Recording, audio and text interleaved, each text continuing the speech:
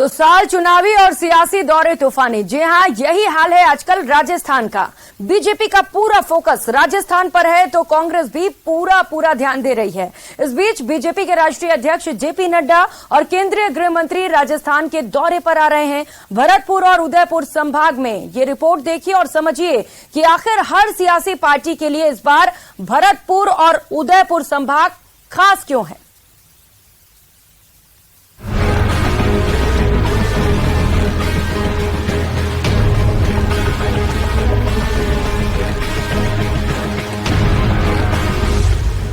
चुनावी साल बीजेपी है तैयार, दिग्गज नेताओं के दौरे लगातार।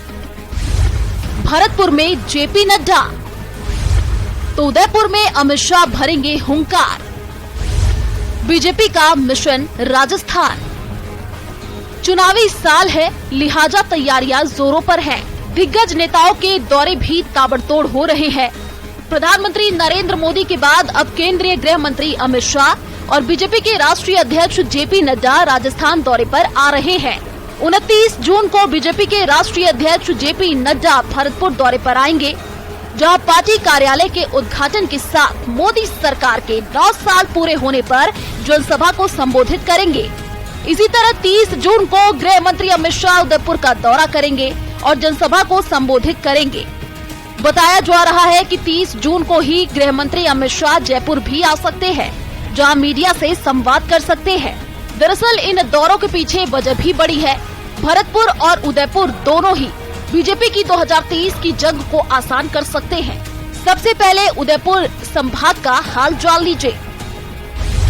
बांसवाड़ा जिले में कुल 5 विधानसभा सीट, 2 कांग्रेस, 2 बीजेपी और 1 निर्दलीय का कांग्रेस को है सपोर्ट।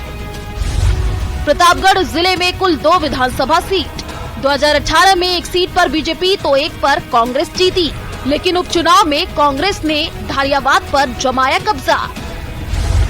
उदयपुर जिले में कुल 8 विधानसभा सीट, 2018 में बीजेपी 6, कांग्रेस के पास 2 सीटें। राजसमंद जिले में कुल 4 विधानसभा सीट, 2 कांग्रेस, 2 बीजेपी। चित्तौड़गढ़ जिले में कुल 5 विधानसभा सीट, 3 बीजेपी और 2 सीट कांग्रेस के पास। डूंगरपुर जिले में कुल 4 विधानसभा सीट, 1 बीजेपी, 1 कांग्रेस, 2 बीटीपी के पास। अब जरा भरतपुर संभाग का सियासी गणित भी समझ लीजिए। भरतपुर जिले में 7 विधानसभा सीटें, कांग्रेस के पास 4, बीएसपी 2 और 1 आरएलडी। 2 बीएसपी विधायक कांग्रेस में शामिल हो गए। आरएलडी विधायक का भी कांग्रेस को समर्थन।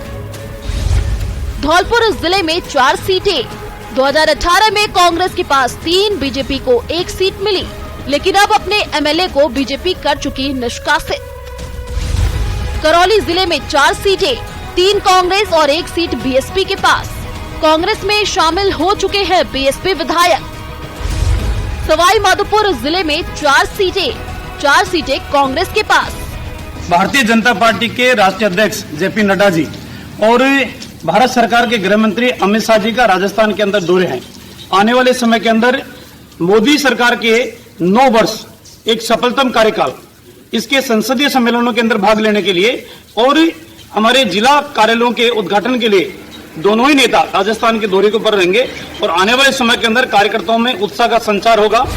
भरतपुर और उदयपुर संभाग क्यों इतना खास है, इसे यूं भी समझा जा सकता है कि 2 महीने पहले ही अमित शाह भरतपुर का दौरा कर चुके हैं। पीएम मोदी हाल में ही बांसवाड़ा की मानगढ़ और नाथद्वारा के दौरे पर आ चुके हैं। कांग्रेस भी इन दोनों ही संभागों पर पूरा फोकस किए हुए है।